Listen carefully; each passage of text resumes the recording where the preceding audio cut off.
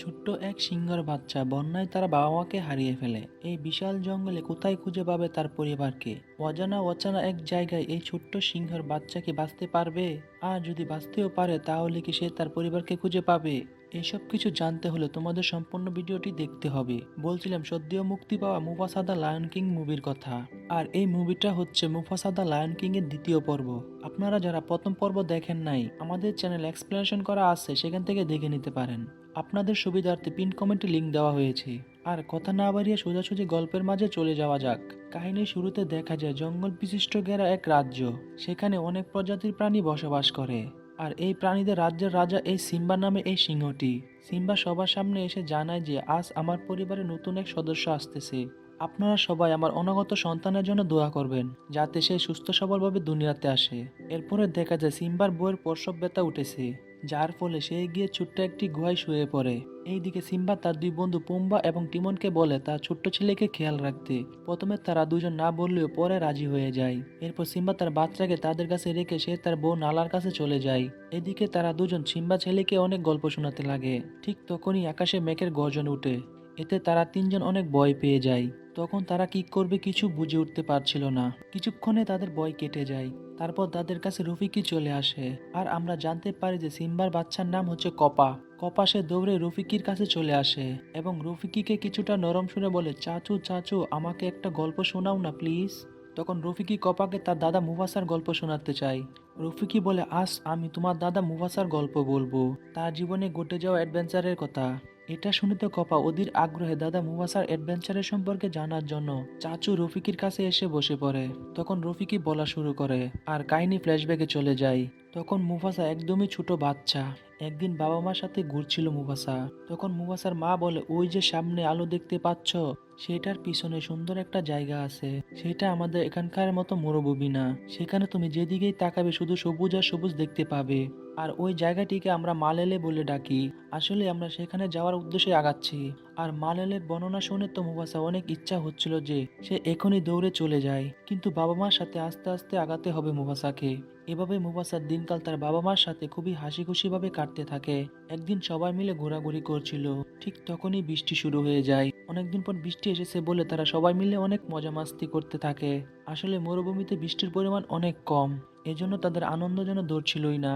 খেলাধুলা করতে করতে মুফাসা একটা পুকুরের মতো জায়গায় চলে আসে। সেখানে খুব একটা পানি ছিল না এবং মুফাসার সাথে অন্যান্য প্রাণীরাও সেখানে মজা করছিল। হঠাৎ কিছু একটা আওয়াজ শুনতে পাওয়া যায়। পরে মুফাসা সে খেয়াল করে দেখে খাল দিয়ে পানি আসতে শুরু করেছে। প্রথমে পানি আস্তে আস্তে আসছিল, কিন্তু কিছুক্ষণ পরে সেখান দিয়ে পানি ডল নেমে যায়।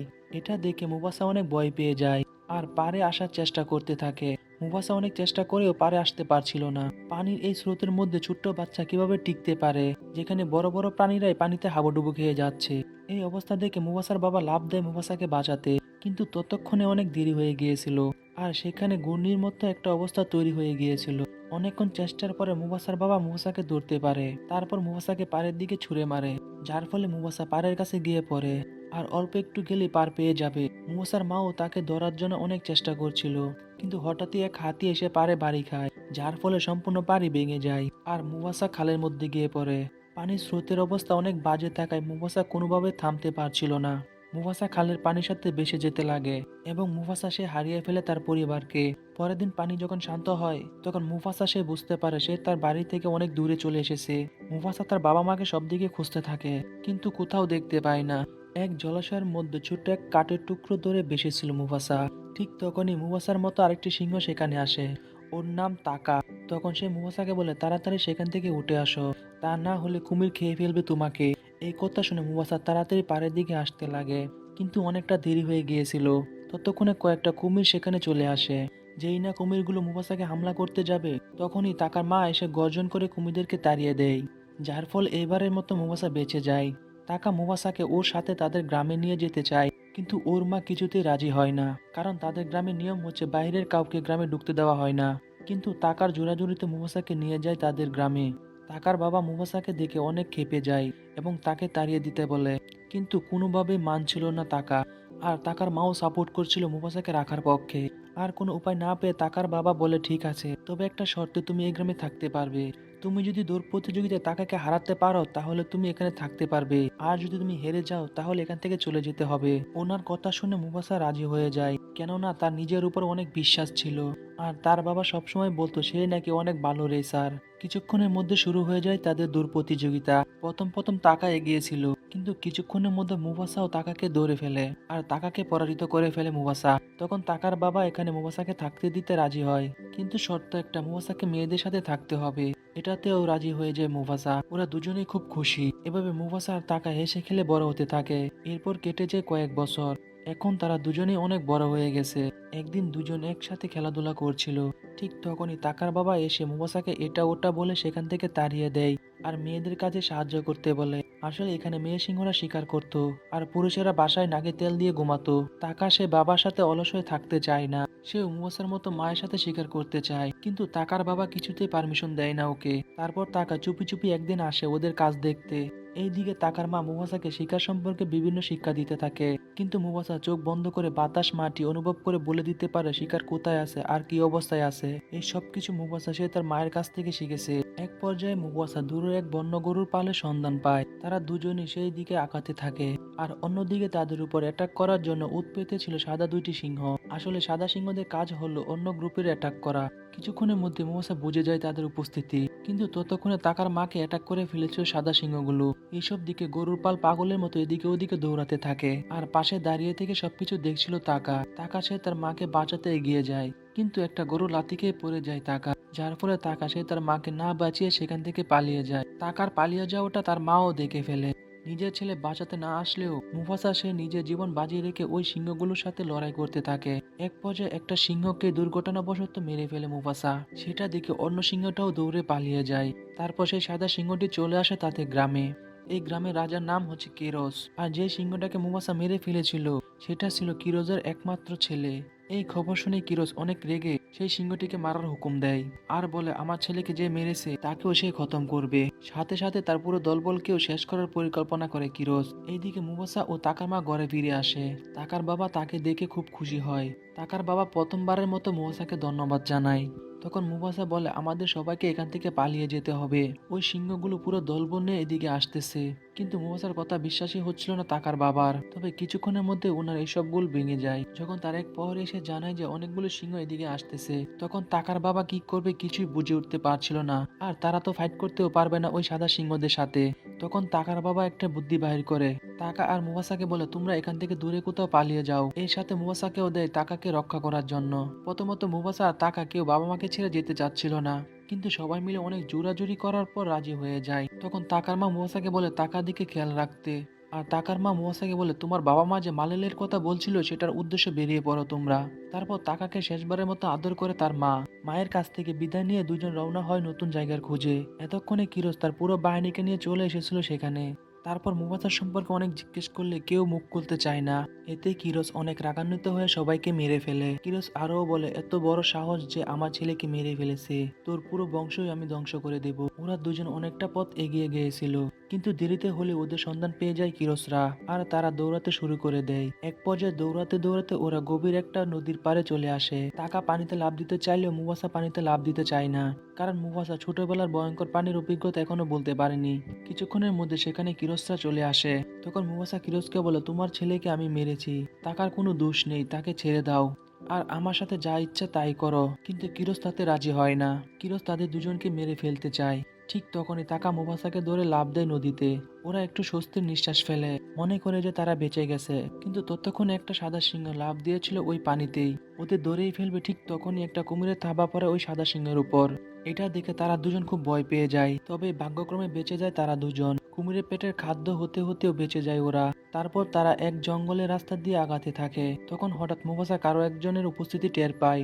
তারা অনেক খোঁজাখুঁজির পর একটা মেয়ে সিংহকে দেখতে পায়, আর এই মেয়ে সিংহটির নাম হচ্ছে সারাবি। প্রথম দেখাতেই তাকার অনেক ভালো লেগে যায় সারাবিকে, বলতে গেলে ওয়ান সাইড লাভ বলা যায়। এটা ওটা বলে তাকা সারাবিকে তাদের সাথে নিয়ে যেতে চায়। প্রথমে সারাবি না করলে অন্য কোনো উপায় না পেয়ে তাদের সাথে যেতে রাজি হয়ে যায়।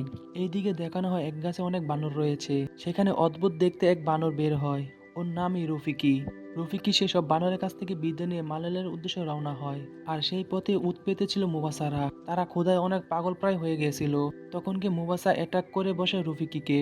কিন্তু রফিকি সে একটুও ভয় পায় না। এটা দেখে একদম অবাক হয়ে যায় মুবাসা। মুবাসা বলে, আমাকে দেখে তোমার ভয় পাওয়া উচিত, কারণ আমি সিংহ। কিন্তু রফিকি জানায়, আমার কিসের ভয়, মৃত্যু থাকলে সেটা হবেই। আর আমি মালেলেতে যাচ্ছি, আমার ভাই সেখানে আমার জন্য অপেক্ষা করছে। আর প্রতিদিন আমি সেই জায়গাটা স্বপ্নে দেখি, আর আমাকে মেরে ফেললে তোমরা সেটা কখনো খুঁজে পাবে না। এটা শুনে মুবাসা আর রফিকিকে মারে না। প্রথমে সারাবি একটা বানরকে ফলো করতে দ্বিধাবোধ করছিল, কিন্তু অন্য কোনো উপায় না থাকায় সে যেতে শুরু করে। আস্তে আস্তে যত সময় যাচ্ছে ততই সারাবির প্রতি তাকার আকর্ষণ বেড়েই যাচ্ছে। কিন্তু সেটা কিভাবে বলবে সারাবিকে, এই কথাটা তাকা মুফাসার সাথে শেয়ার করে। এই কথা শুনে মুফাসা কয়েকটা বুদ্ধি শিখিয়ে দেয় তাকাকে। তো ওর কথা মতো সাজিয়ে গুছিয়ে কথা বলতে থাকে সারাবির সাথে। কিন্তু কেন জানি সারাবির আকর্ষণ মুফাসার প্রতি। এইদিকে এখনো কিরোসের বাহিনী তাদের পিছু ছাড়েনি, কিন্তু তারা এতক্ষণে জেনে গেছে যে মুফাসাদের সাথে একটি মেয়ে সিংহ আছে। হাঁটতে হাঁটতে তারা নদীর পার চলে আসে। রাস্তা পার হবে, কিন্তু সেই দিক দিয়ে হাজারো হাতি পার হচ্ছিল। তো ওরা কেউ পার হতে পারছিল না। এদিকে নদীর ওপারে কিরোসরাও চলে এসেছে।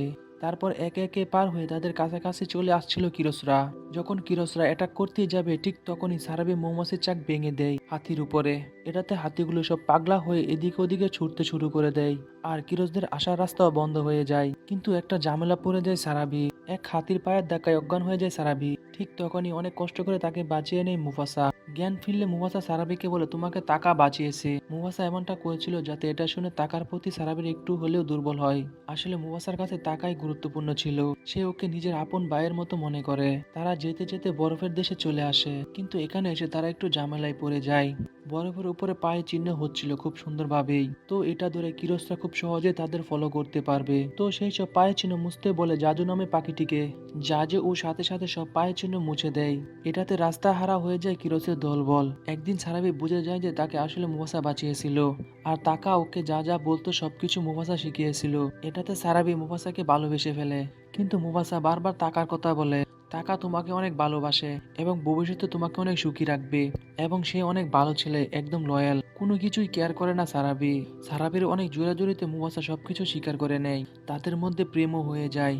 তখন তাকা তাদেরকে দূর থেকে কথা বলতে দেখে। সে অনেকটা কষ্ট পেয়ে যায় এই জিনিসটা দেখে। আর মনে করে মুফাসা তাকে ধোঁকা দিয়েছে। এটাতে সে পাগল প্রায় হয়ে যায়। পরে হঠাৎই পা পিছলে পড়ে যায় নিচে। সেখানেই তাকা কিরোসকে দেখতে পায়। তখন কিরোস তাকাকে বলে, তুমি বাবা হারিয়েছ আর আমি সন্তানকে হারিয়েছি, চলো আমরা এক হয়ে যাই। তাকা মুফাসার উপর অনেক রেগে থাকার কারণে সেই কিরোসের কথায় রাজি হয়ে যায়। তখন তাকা কিরোসকে বলে, আমি রাস্তায় মার্ক করে রেখে যাব, আর তুমি পিছু পিছু চলে আসবা।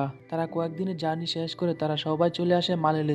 মালেলের এত সুন্দর জায়গা দেখে তারা সবাই মুগ্ধ হয়ে যায়। পরে রফিকি সেই গাছটি দেখে এগিয়ে যায় ওদিকে। আর এই গাছটি রফিকি তার স্বপ্নে দেখতো প্রতিদিনই। কিন্তু এখানে তো রফিকির কোনো বাইকেই দেখতে পায় না মুফাসা। তখন রফিকি বলে, তুমিই আমার ভাই মুফাসা, প্রতি রাতে গাছের সাথে তোমাকে স্বপ্ন দেখতাম আমি। হঠাৎ মুফাসাকে একজন এসে জানায় যে কিরোসরা চলে এসেছে। কিন্তু মুফাসারা তো তাদের পায়ের চিহ্ন মুছে ফেলে দিয়েছিল। তবে লুকিয়ে লুকিয়ে তাকা সেই চিহ্নগুলো আবারও দিয়ে এসেছিল। তখন কিরোস এসে বলে, আমি কাউকে কিছু করব না, আমি শুধু মুফাসার জন্য এখানে এসেছি। আর তোকে তোর ভাই টাকা তুলে দিয়েছে আমাদের কাছে। এটা শুনে মুফাসার মনে অনেক কষ্ট লাগে। তারপর কি যেন মনে করে সবার সামনে গিয়ে ভাষণ দেওয়া শুরু করে মুফাসা। মুফাসা ভাষণে বলে, আমাদের সবার উচিত একসাথে লড়াই করা। আজকে ওরা আমার জন্য এসেছে, কালকে যে ওরা তোমাদের জন্য আসবে না তার কি গ্যারান্টি আছে? তো প্লিজ সবাই চলো আমরা একসাথে হয়ে তাদের সাথে লড়াই করি, সবাই মিলে তাদেরকে প্রতিহত করি আমরা। তখন মুফাসার এই কথায় কাজ হয়ে যায়। সবাই মিলে সাদা সিংহদের বিপক্ষে লড়তে শুরু করে দেয়। এদিকে মুফাসা আর কিরোস মারামারি শুরু করে দেয়। মুফাসা একদমই কিরোসের সাথে পেরে উঠছিল না। এক পর্যায়ে মুফাসাকে ধরাশায়ী করে ফেলে কিরোস। তখন এখানে তাকাও এসে পৌঁছায়। আর মুফাসার সাথে কাটানো সব মুহূর্ত মনে পড়ে যায় তাকার। কিরোস মুফাসাকে মারতে গেলে সামনে তাকায় এসে মুফাসাকে বাঁচায়। পরে দুজন মিলে আবারও কিরোসের সাথে ফাইট শুরু করে দেয়। তাদের মারামারি চলতে থাকলে হঠাৎই করে গুহার ফাঁদ ভেঙে নিচে গর্ত হয়ে যায়। গর্তের পানির মধ্যে মুফাসা আর কিরোস ফাইট শুরু করেই যাচ্ছিল। হঠাৎই উপর থেকে বড় পাথর পড়তে থাকলে মুফাসা চালাকির মাধ্যমে কিরোসকে পাথরের তলে ফেলে দেয়, যার ফলে মুফাসা বেঁচে যায় আর কিরোস মারা যায়। পরে মুফাসাকে পানি থেকে উঠায় তাকা, এবং গুহা থেকে মুফাসা বাইরে আসলে দেখতে পায় সবাই তাকে অনেক সম্মান দিচ্ছিল আর রাজা রাজা বলে তা অনেক সম্বোধন করছিল। এটা কোনোভাবেই মানতে চাচ্ছিল না মুফাসা। সে তো রাজা হওয়ার জন্য এসব কিছু করেনি, সবাই সমান হিসাবে থাকতে চায় এখানে। কিন্তু তখন রফিকি তাকে অনেক করে বুঝিয়ে তাকে মানায়। এরপর মালিলের কিং হয়ে যায় মুফাসা। কিছুক্ষণ পর ওর মায়ের সাথে দেখা হয় মুফাসার। মুফাসা তার মাকে দেখে অনেক খুশি হয়ে যায়, কিন্তু মুফাসা তার বাবাকে কোথাও দেখতে পায় না। আসলে সেই দিনে বন্যায় তার বাবা মারা গিয়েছিল। এটা শুনে অনেক কষ্ট পেয়ে যায় মুফাসা। এই পর্যায়ে তাকা এসে মুফাসার কাছে ক্ষমা চাইতে থাকে। ওকে তো মুফাসা মাফ করে দেয়, কিন্তু তাকে ভাই বলতে বারণ করে দেয়। তখন তাকা তার নিজের নাম পরিবর্তন করে ইস্কার রাখে, কারণ এই শব্দ শুনলে তার মনে পড়বে যে সে মুফাসার সাথে কতটা জঘন্য কাজ করেছিল। আর এখানেই গল্পটি শেষ করে রফিকি। তখন সিম্বা ছেলে কপা বলে, আমি যদি আমার দাদাকে দেখতে পারতাম তবে কতই না ভালো লাগতো। এটা শুনে রফিকে বলে, মুফাসা তোমার মধ্যেই বেঁচে আছে। কিছুক্ষণের মধ্যে সিম্বা নালাকে নিয়ে চলে আসে। তারপর কপাকে তার ছোট ভাইয়ের সাথে পরিচয় করিয়ে দেয়। তখন কপা ওকে একটা গল্প শোনাতে চায়, আর এর মাধ্যমে শেষ হয়ে যায় এই সিনেমাটি। তো বন্ধুরা, কেমন লেগেছে আজকের এই সিনেমার গল্পটা? আর যদি এখানেই চ্যানেলটি সাবস্ক্রাইব না করে থাকো তাহলে তাড়াতাড়ি চ্যানেলটি সাবস্ক্রাইব করে নাও। এমনই সুন্দর সুন্দর এক্সপ্লেনেশন ভিডিও দেখতে দেখা হচ্ছে নতুন কোনো ভিডিওতে। সবাই ভালো থাকবেন, সুস্থ থাকবেন, আল্লাহ হাফেজ।